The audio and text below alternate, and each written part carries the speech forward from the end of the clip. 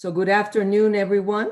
My name is Nora Garrote. I'm the Venerable Partner in charge of Diversity and Inclusion. Um, on behalf of our Venerable leadership and the incredible multifunctional team who supports diversity and inclusion, we welcome you to our May speaker program. This is part of Moments and Movements.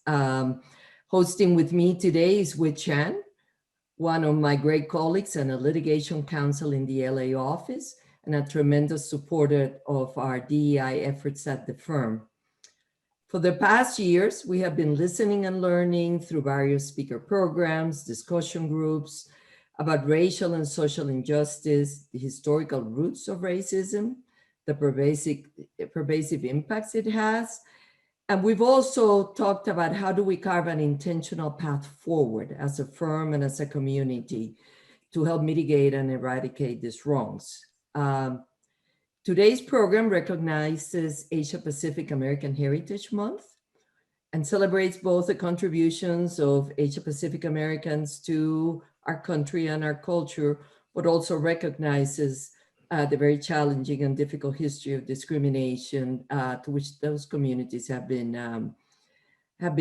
exposed. One of our retired partners, John Cooney, reminded me recently that one of Venerable's former lawyers actually had a little bit of a role in creating the recognition of the Asia Pacific Heritage Month.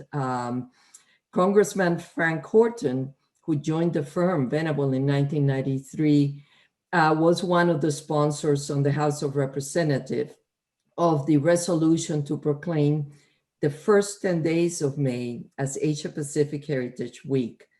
A similar bill was introduced in the Senate, and President Jimmy Carter actually signed the joint resolution, which became public law in 1978. Then in 1990, the first President Bush signed a bill to extend the Asian American Heritage Week to a month, and that we celebrate today. Sadly, while there's a lot to celebrate, today is also May 6th, which is the anniversary of the passage in 1882 of the Chinese Exclusion Act. It prohibited migration into this country of Chinese laborers and prevented a path to citizenship for Chinese until its repeal in 1943. It was actually one of the earlier efforts to legitimize racism against AAPI communities through public policy, very overt public policy. And sadly, it was not the last. Since then, there has been a long pattern or anti-Asian sentiment that has permeated a number of public laws, legal decisions, and the like. The celebration of the Heritage Month comes against a backdrop of significant surge, as we all know, in instances of Asian American hate incidents, crimes, and violence, particularly since March of last year, and it is in the thousands. It is literally over 4,000. These are the reported incidents, not, it's believed to be undercounted. This includes very random, brutal attacks, but also the use of slurs, the derogatory language, and other forms of mistreatment. Just from this week, just not to even look back, 2 Asian women standing at a bus stop in downtown San Francisco on Tuesday, they were stabbed, and the assailant calmly strolled away. In New York City this past weekend, there were 4 anti-Asian hate crimes, including the assault of 2 Asian women in Manhattan who were asked to remove their mask and then were hit with a hammer in the head. The assailant is still at large. There is a lot to be learned about the history of discrimination and hate and violence against these AAPI communities. Some of the materials that we have been able to provide to our Venerable community can help us continue to learn. For example, if you go to Intersect, episode 3 of Race, The Power of an Illusion, the wonderful documentary, it's available for streaming. Episode 3 has a large part of it explores the experience of a Japanese immigrant that sought US citizenship. And it led to a Supreme Court case where he concluded that in his particular case, he wasn't entitled to citizenship because he was not sufficiently white. For those of you who are reading Cass from the Diversity Bookstore that we opened in February, you will have noted or will note how Isabel Wilkerson addresses the very pronounced ethnic stratification policies that affected Asian immigrant communities in the US, whether based on class, based on color, or based on what part of Asia you may have migrated from. And that's one of the earlier examples of how race in our country developed into the caste system that she explains in her book. Similarly, if you had the book 400 Souls, the chapters in the 19th century actually talk about the Exclusion Act and other similar public policies that sought to segregate Asian immigrants in the country. And finally, I also recommend the very recent PBS documentary series called Asian Americans. You can actually watch the episodes at pbs.org on demand, terrific series. Today, we're delighted to actually have Glenn Magpantay with us. He will provide us his perspective on the Asian American experience, both from his personal and professional lens. One of the things you will hear is that Glenn was instrumental in lobbying in 2009 for the passage of the Matthew Shepard and James Byrd Jr. Hate Crimes Act that President Obama signed. Just as a heads up, if you remember the Matthew Shepard incident, right? The hate crime in when he was at school for being a gay man. So to continue our exploration of hate and how it is a tool for racism, and also to the discussion of how do we move forward from these things. The Diversity Function and LGBTQ at RENA will be hosting this coming month in June, Judy Shepard, Matthew Shepard's mother, who is a civil rights advocate intersectionally, and will discuss with us further to what Glenn will talk to us today about how do we get to where we are and how do we move forward. So stay tuned for that. And without much ado, I'm actually going to ask Whit to introduce our speaker today. And we'll see you in a little bit for some Q&A. Thank you, everyone. Thanks for that introduction, Nora, and thanks for your leadership on these important issues. As Nora said, I'm counsel in the commercial litigation group here in LA, and I've been at Venable since I was a summer associate in 2010, and I've seen the organization grow not only in size, but in awareness when it comes to issues of diversity and inclusion. So I'm pleased to see so many participants on today's session. I'd like to thank everybody for taking time, because I know everybody's busy and has a lot to do, but this diversity speaker series on the Asian American Pacific Islander experience, I think, is incredibly important and obviously timely here in this month, but also due to the recent unsettling wave of violence that Nora described earlier. In fact, as I was preparing for this introduction, I learned that one of my friends was a victim of a hate crime in San Francisco.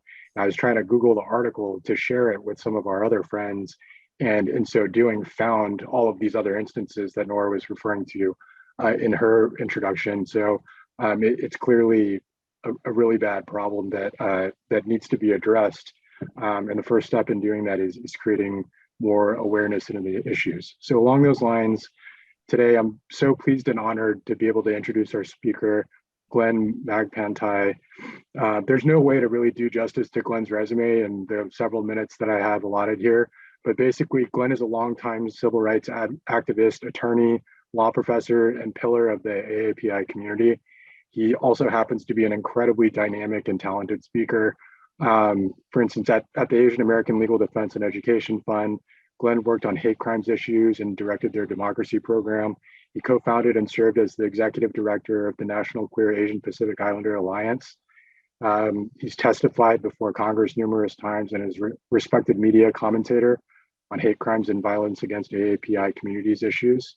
In addition to that, he teaches law and Asian American studies at Columbia, Hunter College, and Brooklyn Law School. So with this background, it's no surprise at all that Glenn has spent a very significant amount of time, most most recently counseling individuals, law firms, such as ours, community groups, and public officials on these topics relating to hate crimes and violence. And that's what he's here to do for us today. So with that, Glenn, I'll turn it over to you, and we really look forward to hearing and reflecting on your perspectives. Oh, good. Are we done?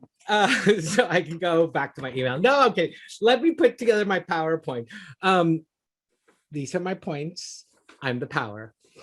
How y'all doing? I can't see any of you, but you can all see me. So get off that email. It can wait like in the next 20 minutes. Thank you so much for having me here. And I really am very honored. You know, this firm, Venable, is very special to me because of the work that you have done, that we have done together over the past 20 years. Yeah, I'm a little old. You know, so much of the issues that we face as a community, as racial ethnic minorities, as LGBTQ, as women, as people who believe in the rule of law, Venable and co-counsel have been part of that work. And so thank you for, you know, giving back to the community. So I want to talk a little bit about just some things about me. So I tend to speak with a lot of authenticity, brutal honesty, a lot of candor, and I will share my personal experience. You know, I try to use a little bit, this is a serious topic. I try to use some humor because honestly, in this time, you either laugh or you cry. And I've cried enough. And, you know, even what Nora and Whit talked about was already difficult to hear. And this is real. So I was also asked to talk and answer some of the questions that people have about the incident and about hate crimes. I will answer what I can, but a lot of those questions, and I don't have a lot of answers to those questions. You also want to recognize that if you are not Asian, if, you know, you're white, Latinx, you know, Latin, African-American, I welcome you and want to thank you for being here. And this is a learning opportunity where we can center the Asian American, Pacific Islander, South Asian, Southeast Asian experience. This is an opportunity for allyship. And I also want to do a shout out for the support staff, because y'all are the ones who make us great. You are the ones who are supporting this company, this firm. It takes a lot of people to make a great law firm. And, you know, we cannot do this work without you. So thank you so much for being here. I'm going to talk in three themes. One, I want to talk about allyship in different ways. I'm going to talk about building understanding and the level of compassion that I think so much of us have lost. And three, I want to talk about standing up and giving back. You know, let me just say a little bit about where I'm at. I have been doing law and advocacy for 25 years, since 1987. You know, I am a survivor of a hate crime. I was gay bashed 20 years ago, and I was a victim of a hate crime, you know, as someone who's Asian 20 weeks ago. I have been through some of the most horrific massacres that our country has ever seen. 9/11 and the targeting of Arabs, South Asians, and Muslims. The Pulse nightclub shooting, where 50 Latino boys and drag queens were killed in a gay nightclub. Joseph Ileto and the white supremacists who shut up a Jewish daycare center in Los Angeles in, I think it was 1992, and then went to kill a Filipino postal worker. And I remember organizing a memorial for Joseph Ileto. I actually talked with one of the community groups recently about that. And I remember talking to the aunties. And, you know, we did a memorial. We should speak out against the hate. And she said, but Glenn, I don't understand why the white supremacists would shoot us. We did nothing to them. And I realized at that point that we had a lot of education work that we needed to do in our own community. And of course, COVID. I mean, I told a joke a year ago that you can't cough and be Asian. Never thought that that cough would turn into a casualty. As you know, Whit and Nora talked about, I worked on passing the Violence Against Women's Act in 1994, the Hate Crimes Act at the federal level in New York and Georgia. You know, I had worked at some of this and have counseled victims. I should be the most adept person to be able to handle this trauma and these incidents today. And I'm scared too. You know, This is a difficult time for all of us. And in this presentation, I want to talk about those themes in the context of Atlanta and Indiana, the FedEx shooting, and the broader context. Two, I want to talk about Asian American history and our struggle for justice. Three, how we are often perpetual foreigners and use this moment as a movement for change. Diversity, equity, and inclusion, but how that comes clashing with Asian American cultural values. And then finally, where do we go from here? So close that email, put the kid down, listen up. I can see all of you. I know what y'all are doing. You're still trying to close that deal. It's not going to happen in 40 minutes. So Atlanta and Indiana. The news changes like every week. It used to change every day. Let me just give some facts. So the FBI has reported that there has been a 149% increase in anti-Asian hate crimes and violence against our community in light of a 7% overall drop in bias-related violence. The Stop AAPI Hate Coalition has documented over 4 incidents of hate and violence against our community since last March. 8% of the reported incidents are physical assaults, and most of the victims are the most vulnerable. 1 in 10 of them are senior citizens over 60 years old, and women are 2.5 times more likely to report and be victimized by a hate crime because they are Asian in this time. So a number of people ask me, why is it not a hate crime? What happened in Indiana and Atlanta? And I want to explain that. And this would be the CLE portion. So let's go back to law school. Remember con law? Remember federalism? Remember the state police power? Criminal laws are a function of the state. And so while there is a federal hate crimes law, the states have the opportunity to go first and to prosecute. Now, I work with Georgia Equality on passing the Georgia Hate Crimes Act in 2019. And the way it works is that obviously there was a killing, you have to prove the actus reus that there, and that's beyond a reasonable doubt, easy peasy. But you also have to prove intent, the intent to kill, and the intent to kill with a bias beyond a reasonable doubt, which is a very high standard. And so what we know is that the killer was just having a bad day. He wasn't looking to kill Asians. In Indiana, it's one of 5 states that does not have a criminal hate crime statute. Now, in 2019, Indiana did pass a law that allowed judges in their discretion to impose a longer sentence if the violence is motivated by hate. However, there's no requirement. And the shooter knew in Indiana at the FedEx facility that 90% of the workers there were South Asian Sikhs. So we have to let the state go first. Now, I'll let you in on a secret. Oh, this is being recorded. Okay, I'll just, whatever, it's fine. There are those of us in the background who are working very closely with the Justice Department that if Indiana and Georgia do not prosecute this as a hate crime, we will have the Justice Department come in with a federal prosecution of hate crimes. Don't promote that, don't tweet that. The advocates are working hard to try to make sure that happens. So we are just waiting for the wheels of justice to turn. The question is whether it will stop.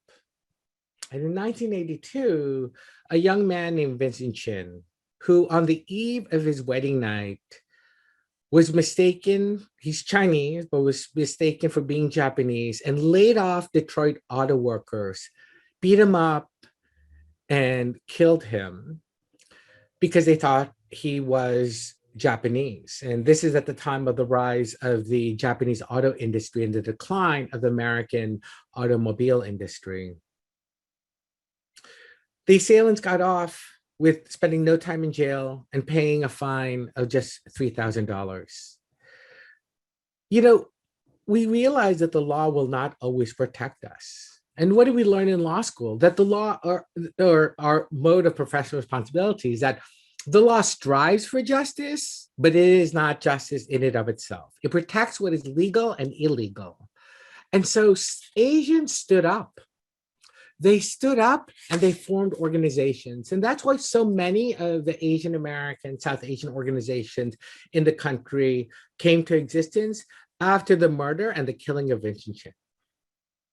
Atlanta also has a broader context to be aware of, is that even though it was a killer just having a bad day, you cannot deny that there has been a year of anti-Asian harassment since the dubbing of the China virus.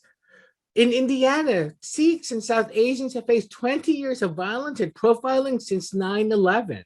And then in 2012, there was a massacre at Sikh temple in Oak Creek, Wisconsin, at Gurdwara, where a number of South Asians were killed. You cannot and we cannot ignore the sexism and misogyny that is part of this victim and the historical sexualization of Asian women in their roles. Remember, he shot up massage parlors, and that women and women's roles is to please men. And if they don't act like that, there is a pushback to that work. And of course, a sexual addiction and sex work. What he said that, the Catholic said that he was having a bad day. And so, like, what? If you're an alcoholic, you want to drink, you go shoot up the liquor store owner? It's ridiculous.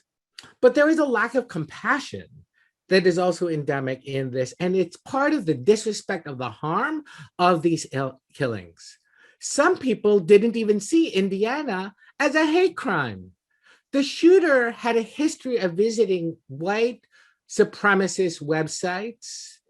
And what is it? Do we need to call the coronavirus thing the Indian virus to be able to recognize the outrage and the attacks on the South Asian community? In Atlanta, the media spelled the victims' names wrong. The police can't say their names right. For Asians, our names mean something. They are special. And yet they were missing. And under COVID, we are all dying from this disease. The effect on the community, is obvious. And I talked about this myself. We are scared. We are scared. And it is nonstop. Right? Thank you so much, Whit and Nora, for reminding us of all those terrible incidents that have happened. If you open up your Friendster or your MySpace page, you'll see a new incident every day. Yeah, I have. I'm on MySpace. I'm a little older, but Asians don't raisin. So I'm still on these platforms. I know it's a little old, but you still see these things coming up. And as an attorney, I would tell you, as a civil rights attorney, I would say normally the shootings are very rare. They are unlikely, and it is unlikely that you will ever, be attacked or harassed. But I don't know if I can say that anymore. There is so much fear that some of my students that I teach at Columbia, they're wearing sunglasses and a hat to hide their Asian features. My mother, who I love very much, she's like, don't go out. You're under lockdown again. Don't go to the Chinese store. Don't go to the Hanarom. Don't go to, to the Indian buffet. Just stay at home. I don't want anything to happen to you. We are fearful of being Asian. And for some of us, we were once ashamed of being Asian. I grew up with a lot of internalized racism. When I was young, I wanted to pour porcelana all over my skin, the fake cream, because I wanted to be white. I wanted to be American. I wanted to be accepted. And it's taken me a long time to overcome the internalized racism and to have the pride that I have today. And here I am again, scared of who I am. As Asians, we buy into the model minority myth, and we are a sophisticated bunch. We are, for the most part, educated. And so we are so shocked because we are usually not the victims. But our race will not protect us. Trump called it the China virus, and yet most of the workers were Korean. The assailants cannot tell us apart. Muslims versus Sikhs, our religion, it's all the same to them. Our ethnicity and our religion will not protect us. We're told that our jobs, as I did at the massage parlor, just work hard, keep your head down. But that did not protect them. We must stand up for our community. We are told to seek mental health services. And I want to recognize and just name that there is an incredible amount of stigma right now, which, excuse me, not now, but just generally with Asians seeking mental health services. There's a cultural shame of saving face, right? Now, the reality is that Asians do seek mental health, professional help. They seek help on the job. You seek a mentor. Asian students seek a professional. It's called an academic advisor to help you in school. But when it comes to emotional problems, anxiety, keep it internal. Just talk to family and friends. But our friends are tired of hearing your complaints. My friends are going through compassion exhaustion. Like they're trying to hold their act together. They can't hold you anymore. And they've been doing it for so long. I'll be really honest. The only time that we see a therapist is when there's a physical manifestation. You can't concentrate. You can't sleep. I'm seeing a therapist because I need this. My goodness. Thank God for, I'm not joking, yo. Thank God for antidepressants and anti-anxiety meds. No shame. This is the toughest moment of our lives and our experience. You are supporting so many people. If you're a support staff, you're supporting your lawyers, right? You're supporting your clients. You're supporting your family, your kids, your friends. Who is supporting you? Who is sharing compassion for you and the experiences that you're going for? And are you being compassionate for yourself? And so we ask in these contexts, when will Asian Americans and our experiences ever be centered? When will our experiences be affirmed? And that moment is now. That moment is now for Venable, because thank you so much for this opportunity and for this law firm to have this chance to demonstrate allyship, to understand the Asian experience, which I'm going to talk about, and to stand up for our community. This firm has stood up for our community and for pro bono and for diversity for so long. It can do more, but it's done great. And we're all trying to get there. So I think there's an understanding that we need to develop regarding the incidents of Atlanta and Indiana and the violence that is happening today. And we need to understand the Asian American experience and the history of the struggle for justice. This is not, especially if you are foreign born, you went to school abroad, maybe you never took an Asian American Studies class. I teach Asian American Studies, so you're going to get the whole semester in about, maybe a few seconds. We have built America as Asian Americans, as South Asians, and yet America has discarded us. We were only able to become citizens of the United States in 1952 because we weren't white. We built the Transcontinental Railroad, right? We united the East and the West of this country and brought them together. And we were rewarded in 1882 with the Chinese Exclusion Act. And even today, Chinese scientists, students, professors are being surveyed by the FBI as spies for China. In 1942, during World War II, we incarcerated Japanese Americans and people of Japanese ancestry in concentration camps because we feared espionage. In 2001, after 9/11, the profiling and the victimization and the revenge against South Asians, Arabs, and Muslims because we were all terrorists. We are either into treason, espionage, or terrorism. We are perpetual foreigners in our own land, and often in our own companies and our own law firms. This is a moment for allyship, yo. Asians are often overlooked as communities of color, and our needs are marginalized. In the struggle for racial justice in America and with police misconduct, Asians also face police misconduct. I'm going to talk about BLM a little bit later on, but I have counseled young people who were profiled by the police because a bunch of Korean kids were sitting at the corner talking about the Merchant of Venice, all high school, and the cops thought that they were a gang, right? That they were up to no good. And they brought them into the police car and interrogated them a deprivation of the constitutional rights. Now, they weren't killed, and that is what is happening with African Americans today is much more devastating. But I want to recognize that we too see that police have acted inappropriately for our own community. That immigration and Biden's proposal to grant a path to citizenship for 11.5 million undocumented immigrants in the United States is amazing, and it's going to benefit the Latinx community. Well, what about Asians? 1.5 million of us are undocumented, and that bill will support us, but the public narrative is not about us. I talk to so many people and young associates and people who are just starting out, and they just comment how Asian associates feel like DEI work has been very focused on the Black and Latinx community. And that's valid. There are particular experiences that African Americans and Latinx folks face, that women face in the profession and in our firms. But there are also a unique set of issues that our community as Asians, South Asians, Southeast Asians also face.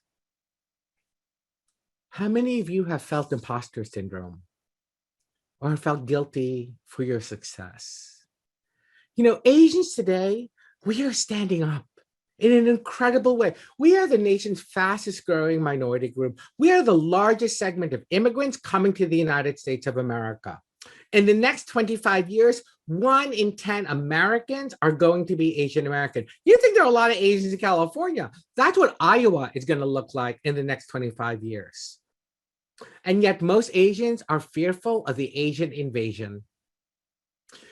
What I have seen in the past couple of years is Asians across America and in Georgia and Indiana standing up. And there's a social phenomenon that begins with law and legal analysis. So, remember con law in law school? Remember Caroline Product's footnote 4? Oh my God, I never thought I would hear that again. The most famous footnote: when a discrete and insular minority group faces discrimination, the court and the law will come in to protect them. But there is another historical social phenomenon that you won't learn about in law, you learn about in poli-sci, is that when that disparate and insular minority group begins to advance and gains influence and recognition, begins to claim power, there is a countervailing pushback that will push that group down. Example, in the LGBT rights movement, in the LGBTQ community, when the most of the incidents of anti-gay incidents happen in June during Pride Month. Because when we come out of the closet, somebody else wants to push us back in. You know, the exception is trans communities. I think those challenges, that's happening throughout the year. Right, and there are particular problems and challenges that the trans community is facing across America. But the reality is that, you know, I have worked with activists and Asian American leaders in Georgia and across this country and with this firm since 1993. I practiced civil rights law, voting rights law at the Asian American Legal Defense Fund. I have witnessed the rise of the Asian American electorate in this country. No, yo, man, like 20 years ago, none of us voted. We would never have this program for a law firm. I am so proud, so incredibly proud of this firm, but also our community and how far we have come. The groups that I work with in Georgia, they did so much. Over the past years, Asians and people of color delivered the elections for the Democrats, and not to be partisan, but that's a pretty big deal, yo, to elect Warnoff and Ossoff to the United States Senate and deliver the Senate, change the balance of power of the United States, is what Asians accomplished in Georgia. To watch Asian Americans rise and claim our place in society, the political, we are standing up, and the conditions are ripe for a countervailing response, that there is a threat, and that threat is us. And what we are seeing is a response to the yellow peril, that our achievements and our accomplishments as Asians is being met with a resistance. It is not unique. It has happened before, and we're seeing it happen again. America often needs a scapegoat. And guess who that goat is this time? And individually, for the attackers, it feels good to put somebody else down. It lifts you up in some sinister way. And who are the victims? They're elderly. They're the most vulnerable. They're the ones who can't speak. And we need your voice, if you can speak, to document incidences. And I'm going to talk about that towards the end. To understand Asian Americans is to understand that we are strangers from a different shore. It's not just the hitting, the spitting, the name calling, the shouting every day, but it is those microaggressions at work, in the neighborhood, at the supermarket, which chip away at our humanity. And oftentimes they're just benign, ways of breaking the ice to make conversation. Where are you from? Well, I'm from Long Island. No, where are you originally from? Well, originally Baltimore. No, you know what I mean. What's your nationality? Well, I'm American. If you want to know where my parents emigrated from, that's, Asia. You speak English so well. Oh, South Asians. I make friends with my cab driver. Or, I talk to the gas attendant. It's as if you know who that person is, right? Oh, Vietnamese. Do you pronounce it pho or pho? Koreans. Do you speak Mandarin or Cantonese? I speak Korean. Yeah, but what dialect? There is no dialect in Korean. And it's also an alphabet, not a character-based language. But everyone thinks, why are those the first questions that people ask us? Why did you ask, what year are you? What's your practice area? Where'd you go to law school? Those tend to be the secondary questions that we are often asked. And that is a challenge that I see that so often. Our parents, I love my mom. She's crazy, but I really do. And when I was coming out, when I was younger, people used to tell me, my white friends used to tell me, you should just grow up. You should tell your parents, as I got older, tell them to mind their own business. But there is no growing up as an Asian. There is no, you are 21 and you are an adult. My gosh, I am 50 years old or 52. And at the buffet, my mother still peels my shrimp. I'm like, Mom, I'm done. You don't have to peel my shrimp. I assure you, I know how to peel shrimp. But, she's my mother. She keeps doing it. They are always at our side. They're always telling us what to do. I love my mother, but she's like, gives me the hardest time. And she doesn't listen to me. And I need to tell her what to do.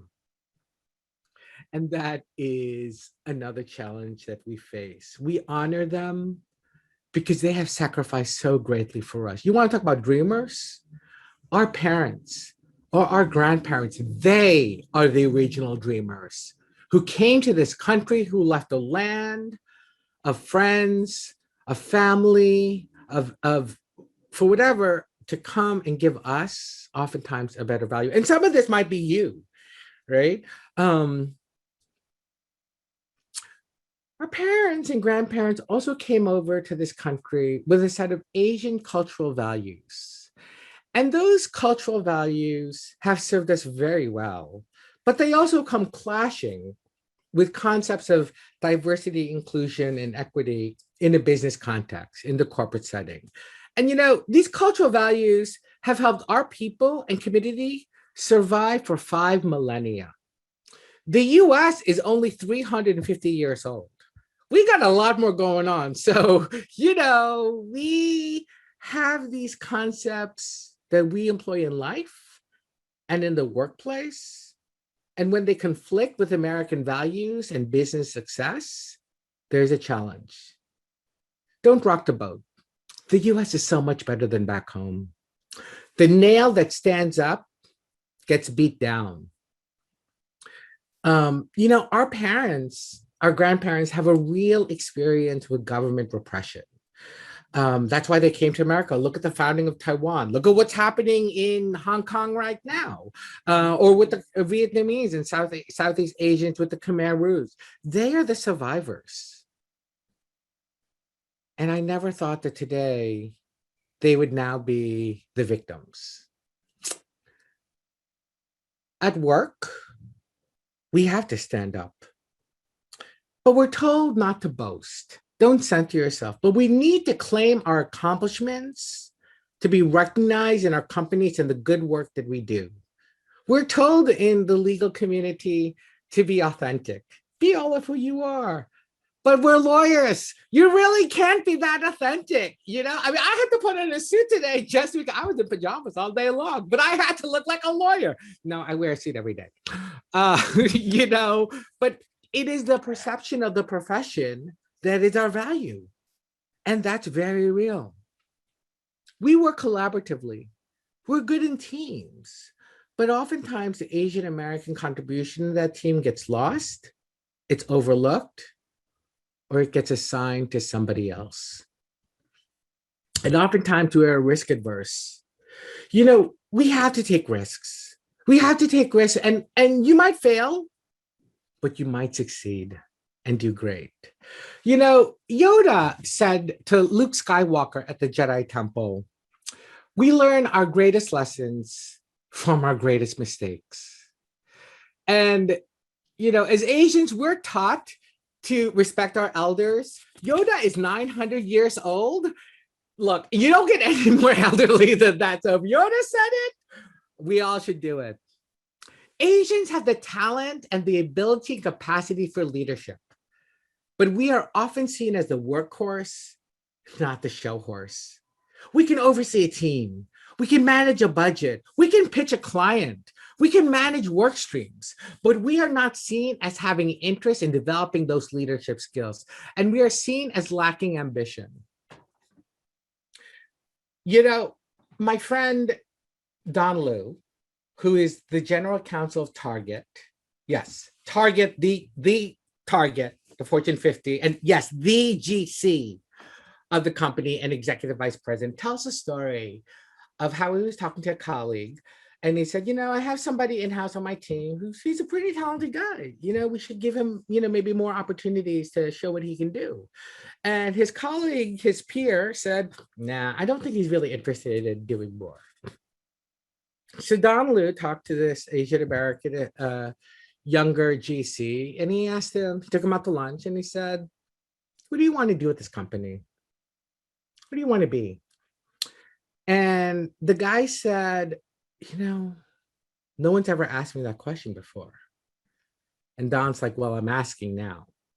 And he thought about it. And the guy said, honestly, I want your job. And Don laughed and said, well, you're not going to get it now, but I won't be here forever. And Don paid for lunch, and, they went back, and he talked to his colleague, Don Liu, and he said, I think we should put this guy on executive leadership track because I think he does have ambition. So many of you are ambitious. You probably went to a great high school. You must have gone to a good college and a great law school because you're inventable. And it's a great law firm. You're not like at Miller, Batalist, and O'Neill. They're a fine firm too, but it's kind of small. You're inventable, one of the nation's most reputable white shoe law firms. And you're here now. You have made it. But we know the stories. Asians are the largest segment of associates coming to law firms, and attrition is a problem. We have the lowest trajectory in making partner. I talked about allyship. Allyship is also vertical. It is also what Don Liu did, a higher up person doing allyship and support for someone lower. How many of you have felt guilty for your achievements? There's no shame in your achievement and what you have accomplished. You have worked hard to get here. Claim it. You deserved it. But you have a responsibility to push others up, to mentor others, to support others, and to pull others up through vouching and mentor and sponsorship. And then when you get into that room, as Don Liu did, as a GC, and he looked around and there ain't nobody else there that looked like him or was not as diverse, you open that door for others. And you use that privilege, claim it. You have it. We are the nation's top 2% of American society. Yo, we are lawyers. We can strike down laws. We can create new laws. We can tell the president of the United States what bill to pass. Yeah, I did that. That's another story of what the Secret Service did to me. They scuttled me out of the room after I lobbied the president. Anyway, so we can do all this. But we have to do this work and know their privilege. I have achieved so much because of my mentors and my sponsors. I stand on their shoulders, and I know I'm a little heavy. And if you're an admin person, if you are support staff, you are making the lawyers that are on this call that much great. Yo, we just went to law school. We think we know something, but we really don't. All we know is like the restatement second of contracts, right? But it's the support staff, it's the legal secretaries and the paralegals and the tech people that make us have our skills come to the fore. So thank you for making us great, because you make this firm in our profession so much greater. I just want to close a little bit, and I want to have an understanding of this moment because we have been here before. Stop AAP, I Hate the Coalition has found that there's so much that we need to do, and you know what to do, right? You can donate, you can volunteer on one of these safety walks, you can attend a bystander training, you can report these incidents to others, and I'll put in the Zoom, oh no, the chat, like the little contact information. 60% of Americans have witnessed an attack or the blaming of Asians for COVID. 60% of Americans have not reported an incident. You can do that and stand up and show allyship. But then what? How do we use this moment as a movement for change? And in talking about allyship, I think BLM, Black Lives Matter, is an opportunity. We have all seen some of the most massive demonstrations and activism since the killing of George Floyd. But the killing of unarmed men, black men and boys continues. I just want it to stop. So this is my kid, Malcolm. You know, he's a naughty little teenager and he's Black. And I am terrified for his safety. We as agents need to speak up and support Black lives because it really matters. And as a friend of mine said, we just need to keep on keeping on. That is allyship. It is not a moment, it is a movement. We need to build our understanding and compassion. And I think Me Too is an opportunity to understand that. The sexual harassment, the women being hit on still persists constantly. We're seeing this all the time. And I will share my own transgressions. Yeah, I said stupid stuff 20 years ago that I would never say today. Behavior modification is tough. And, I'm the guy who helped pass the Violence Against Women's Act, and I lobbied on that bill in 1994. And last semester, I was teaching my class and I said something and it was kind of funny. And I said something that a number of students found to be sexist. I said that and disrespected a woman. And after class, they didn't call me out. They called me in. They talked with me about that experience and how it made them feel. And I was so sorry. I felt so bad and I made a mistake. And I am still learning. I was raised, in the society with a gender-based privilege as a guy and a person who presents as a guy. And I too am still learning and making mistakes. But my students showed me compassion and understanding that I can be better with their support and their help. And standing up. I think the LGBT rights movement is an excellent example of how this has happened. So I have seen a shifting of the burden in the LGBT rights movement, where the agenda has transitioned from the 1980s and 90s, where we just wanted to be left alone. The freedom to do what we want in the privacy of our own homes between two consenting adults, to shifting it and saying, no, now the society should recognize us. Now we want to marry. We want to display a picture of our same-sex partner on our desks. We want a gender-neutral restroom. That society must affirm who we are, and that the company and the world should accommodate us. And that is DEI, to recognize all our identities, to achieve our fullest potential. MLK said, judge not us by the color of our skin, but by the content of our character. I will add, judge us by the tenacity of our talent and the potential to progress in this profession. And yet we think with the violence, when will it all pass?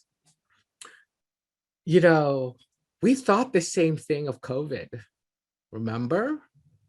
When will we get back in the fall? And it might not. And I'm so sorry to say that, but I've been around a long time, yo. So let's not treat this as a transactional moment, but a transformative one, where we can demonstrate allyship, where we have shared struggle and common cause with other communities of color, that we have allyship vertically in the firm because we are all trying to make money. We all want to close a deal. We all want to bill, and we're doing well. In our companies and team, there is compassion to work together, that there is a business case for diversity and a corporate return. But I'm going to push it a little further and say that DEI and this moment is not just about achieving our fullest potential, but a potential higher than you could ever have imagined. Don Liu, I don't think, ever thought when he was a young kid that he would be the general counsel of Target. I don't know if he even thought he would be a lawyer. So I came out of the 1980s as a gay femboy at the height of the AIDS crisis. I was convinced that I was going to catch AIDS and die. And I was the only Asian in my neighborhood. My neighbors would come over, my friends, and they'd say, your house smells foodie. That's because my grandmother would fry fish. I hated piano lessons. I was not good at sports. I didn't get good grades, and I didn't think I would make it. I was one of those kids who wanted to commit suicide. And the compassion of the allyship of women, particularly Black women, helped me through it. They got me through through college. They got me into law school. And in law school, I graduated at the top of my class. I made law review. I made law review twice. I, did the write-on competition because I didn't think I would grade on, and I got in. And then I did find out that I graded on, so I got out the law review 2 times. And I never thought that I would graduate law school and I would be suing states and cities for Asian Americans, that I would tell President Obama what to do, that I would bring cases and have cases brought to the United States Supreme Court for argument to make sure that the Constitution of the United States of America and the civil rights of this country fully apply to us. I stood up for this company, for this community, and this company, Venable, has helped me and so many others do the same. We stand on your shoulders and you have let us up. And some of you, those of you who do pro bono work, you have made this happen. I am so grateful. This community is so grateful to all of you. As Asian Americans, as South Asian, Southeast Asian, Pacific Islanders, you have the weight of the world on your shoulders right now. As Asian lawyers, our profession looks at us as being leaders, and you are always representing the community, even though you know nothing. How many times have you gone to the family picnic and some uncle comes over or auntie and she's like, look at this contract, or look at this lease that I have. And you're like, I don't know. I do mergers and acquisitions or IPOs and PPA. Sorry. initial public offerings. You know, and then your auntie is like, well, what good are you? You're a lawyer. And it's like, duh. I mean, but that's not what we do. But we have to stand up and be that leader that we are, because there's so few of us who do or who can. And I would note that you have an ethical obligation to do this. Preamble Rule 6.3 of the Model Rules of Professional Responsibility. Lawyers are public citizens. We have an ethical duty to educate the community to understand the law and the rule of law.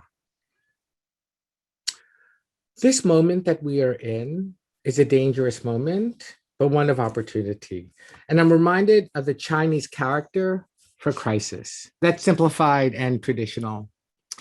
You know, crisis in Chinese has two constituent parts, obviously. One, meaning danger. The other, meaning opportunity. It is a dangerous time right now. But what is the opportunity for allyship? To demonstrate your understanding of the Asian experience, compassion for yourself, and the opportunity to stand up and give back to your community. Thank you so much, Venerable. Thank you, councils. Thank you, everybody. Thank you, support staff, for this opportunity. Thank you so much. Oh, I hear applause. All the virtual, yes, thanks.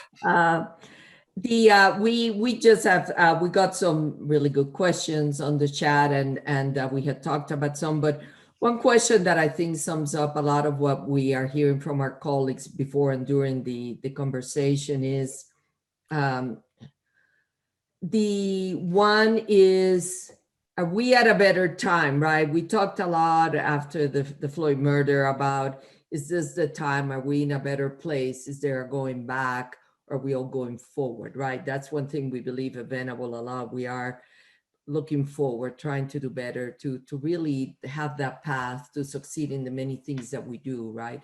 Whether it's our client work, whether it is our community. And, but is that the case in terms of awareness and reckoning of issues that have historically happened to the AAPI community? Or could this be more of is there a risk that for this community, the conversation will digress into something else, right?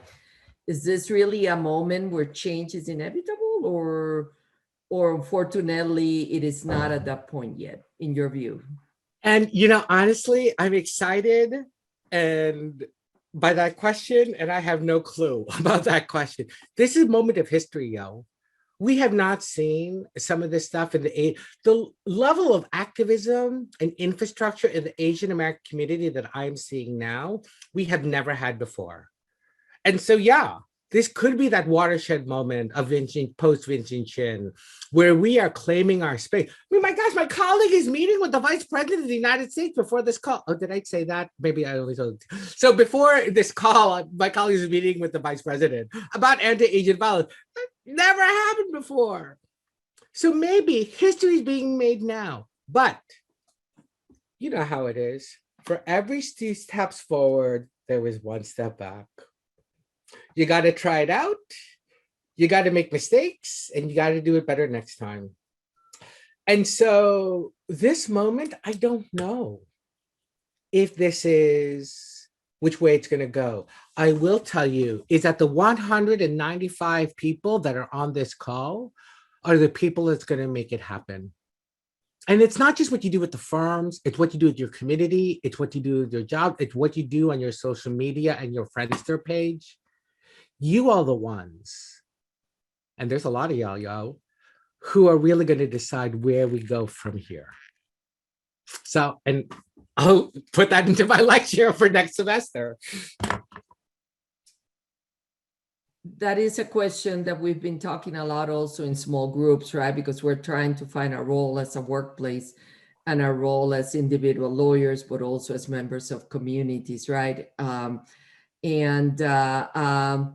The one of our colleagues, and this will be we're at the time, our final question mentions that based on for your presentation, this is coming from one of our diverse colleagues, it sounds like the AAPI experience in the country is similar, not in history, but in many ways to that of African Americans' experience, right? It's coming from different sources, different points in time.